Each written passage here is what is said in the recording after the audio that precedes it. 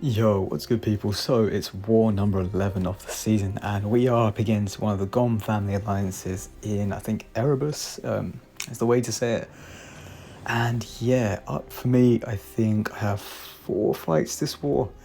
Yeah, fortunately as well, managed to get them all done before bed, so I've enjoyed a nice Sunday of just no war fights, focusing on some work and household chores and all that.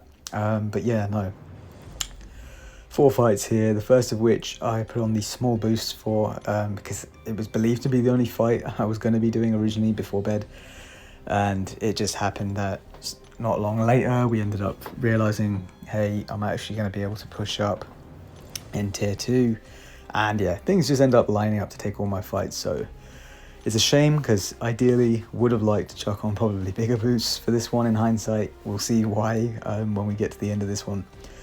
But as you see, just getting in, getting boosted, winding up Sly a little bit because he's just turned up after a little while of us tagging him, trying to figure out where he is, and he's instantly telling me to hurry up and messaging in chat as soon as I'm there as well in game chat. So I was like, you know what, let's just make him wait a little bit longer, you know. But anyway, we're into this fight, and I think it's safe to say this fight's not going to be the cleanest, and that's probably some karma for me messing with Sly. But here we are, anyway. So it's a darkhawk here. It's got ebb and flow knockdowns. Obviously, you knock him down to get rid of the protection, and you get a big fury.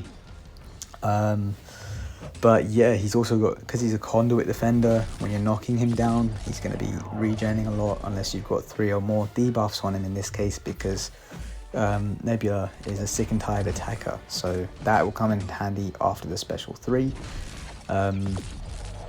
But yeah, at this point as well, we're just trying to maintain 5 plus of her amp charges, because that will just shut off a lot of the abilities in this case of Darkhawk. So one in particular is here. When you're knocking him down, obviously he can auto block. Thankfully we don't have to worry about that. However, if I did push him to a special 2, I would then have to worry about the miss. So you're going to see I'm going to try my best to be baiting special 1s throughout this fight. And here we take a bit of a beating, so we've got ourselves cornered as well. His heavy is quite easy to punish, but not when you're in the corner. I don't know, from dueling, I even did let myself get backed up just to see how that one would play out, and I was not comfortable at all trying to dex his heavy in the corner. It's just such a weird movement, probably one I could maybe do in future with a bit more practice. I think I tried a few times, but it just wasn't working out. So you see now I'm just hitting to his block a lot, just making sure while I'm baiting out this special 1, I'm not letting myself get backed up. So he hasn't thrown it again, hit into his block a bit. He's just trying to maintain that spacing, right? I don't want to get into the corner again, because I'm trying not to parry. Obviously, I want to keep my amp charges up. Now, special 3 knockdowns won't count to this the knockdown for the node, but for whatever reason, I don't know, I assumed at the start of the fight when I did that knockdown and then built my amp charges up, that should shut off his protection coming back, but that was not the case. So one, I haven't quite worked out why. Feel free, if you know, to drop down in the comments. But yeah, as you can see, it's a bit of a slog, this fight, and we're gonna get very, very tight on time at the end here. But at the moment, you know, he's ticking away. These shocks are doing some work as well. You know, we've got our amp charges up. I am thinking at this point as well, looking back at this footage, I could maybe have just, you know, parried to transfer the shocks, get rid of my amp charges and just knock him down, just so I could, and then build him back up again, just so I could have maybe a phase of doing a bit more damage. Something maybe I could have adjusted with in the fight. But I was quite worried at this point as well of it just going wrong. I was like, you know what, look at his health, it's going down. Don't risk you know, trying to adjust strategy and then it going horribly wrong.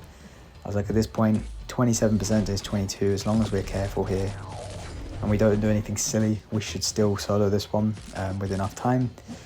Here as well, you see though, he starts to play a bit more difficult, hit into my block a bit more, not really throwing that heavy. Special 1 as well, every time he's going to take off a few percentage of health, and you can see this is why as well I say, I think in future this is one I would want to be a bit more boosted for.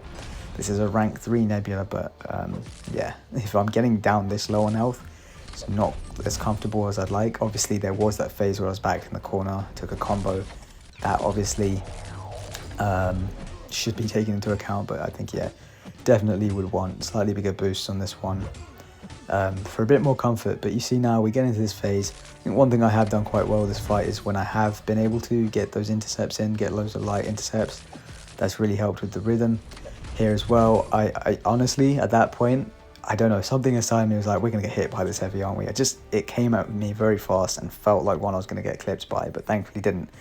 And we finish it and we get a solo with 7% health. And yeah, then, you know, others are able to move, do their fights. Tier 2 is going to get opened up. That's all good. No one's going to get held up. And I was ready to go to sleep. But then I had enough energy because Tier 1, that was the only fight I took. I didn't use any energy at that point. I was only using it afterwards. I still had enough energy to start moving. And then I realized between me and Rob, we were actually going to have enough energy to get me to that tiger. So I figured, you know what, let me go and get that one down as well, because Rob and Nah, who were the two people with me in the section, both on those kind of American, Canadian timelines, and yeah, just meant that I could free them up and go to sleep and they wouldn't be waiting around till the morning. Also meant I would be done my fights. Speaking of my fights, I have 3 more left, and these 2 in a row are Spam and Knull on 4B. Yeah, a chance for revenge, because this is where I had that horror show a few wars ago, and you're going to see in this fight against Spam an adjustment of strategy. We're throwing special ones here, the reason being we want to keep his nonsense down, and we're also just focusing on keeping cleanse and slow up, rather than going for the stun slow cycle, which works perfectly fine, but it is a bit more of a nuke strategy, getting to your special 2, then cleanse and throw your special 2, because it's good, and it's high risk as well, because it leaves Spam unblockable the whole fight. This one, with this method, as you see, which is one DLL suggested, is a lot safer, and I think, yeah, going forward is one to go for. You'll be boosted up, you don't need the special 2 damage. Spam's not got the highest health pool in the game, so yeah, definitely better to go for, you know, slightly slower and more comfortable in that fight than the high risk, high reward strategy. However, against Knull, with Shang Chi, there's not much choice. The only real strategy to this fight with Shang Chi is going to be the high risk, high reward. You cannot get all his debuffs off, especially in this case, again, a rank 4 Sig 200, I believe this is. So you've got to just accept he's going to be unblockable the whole fight, and you've got to have that strategy down. So I'm 2 fights here and 2 solos, and I have the chance now to really complete my bit of revenge here.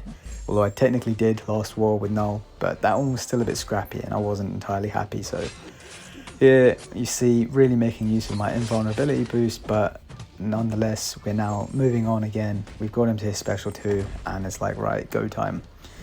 Taking Spam, I'm like, here we go, getting the distance right and the timing on the decks. Most importantly, when he does that dash out, that's the easiest bit to get caught on of his special 2. Yeah, just build a few extra whooshes there just for the extra chi charges, extra damage. Special 2 doesn't quite finish him, surprisingly. I thought with the 12% boost it would have been enough, so we did have to bait one more special 2 and thankfully get the full decks again. So yeah, consider that revenge. Just as you see there, I was like, please tell me I've got these 2 fights on record, and yeah, thankfully did. So 3 fights in, 3 solos. As you can see, Rob's moved over to Tigra, which is perfect. I've also just got another energy myself, so we're going to be good either way. But yeah, Torch pre-fight here, get the Nova pre-fight on, and we're going to be taking this Tigra on mini-boss here. It's ebb and flow intercept. Obviously, as usual, don't try and force the intercepts. Torch with Nova against a Mystic anyway is one where I shouldn't have to for damage, but if I can get them in, particularly like those light intercepts that we saw me using a fair amount with Nebs versus Darkhawk, that would be the way in really, just to speed the fight up. And yeah, just watch for MD. Gonna have to reparry here. They actually banned Wags, and that was a surprise. White Mags was banned, so there's no White Mags pre-fight, which is quite often used in a fight like this, obviously, because a mighty charge, you want to guarantee those parries. But we're okay to reparry here. We dueled for it a little bit. She does have that weird double hit into your block on the first movement, so you've got to just kind of be prepared for that. But otherwise, ready for that, ready for the special 1. Her special 2 is the bit that always scares me, so I did also try and push her a few times to that in duels to get practice of it. But as best as we can here, we're going to try not to give her too much power and hopefully be able to bait the special ones. Did get that intercept, as I say here, and yeah, she's just getting nuked down quite well, and there we go. Just like that, done. Real quick fight for Torch, and yeah, got my 4 solos. As for the scores, yeah, pretty tight war. Yeah, it was a bit of a madness in BG3.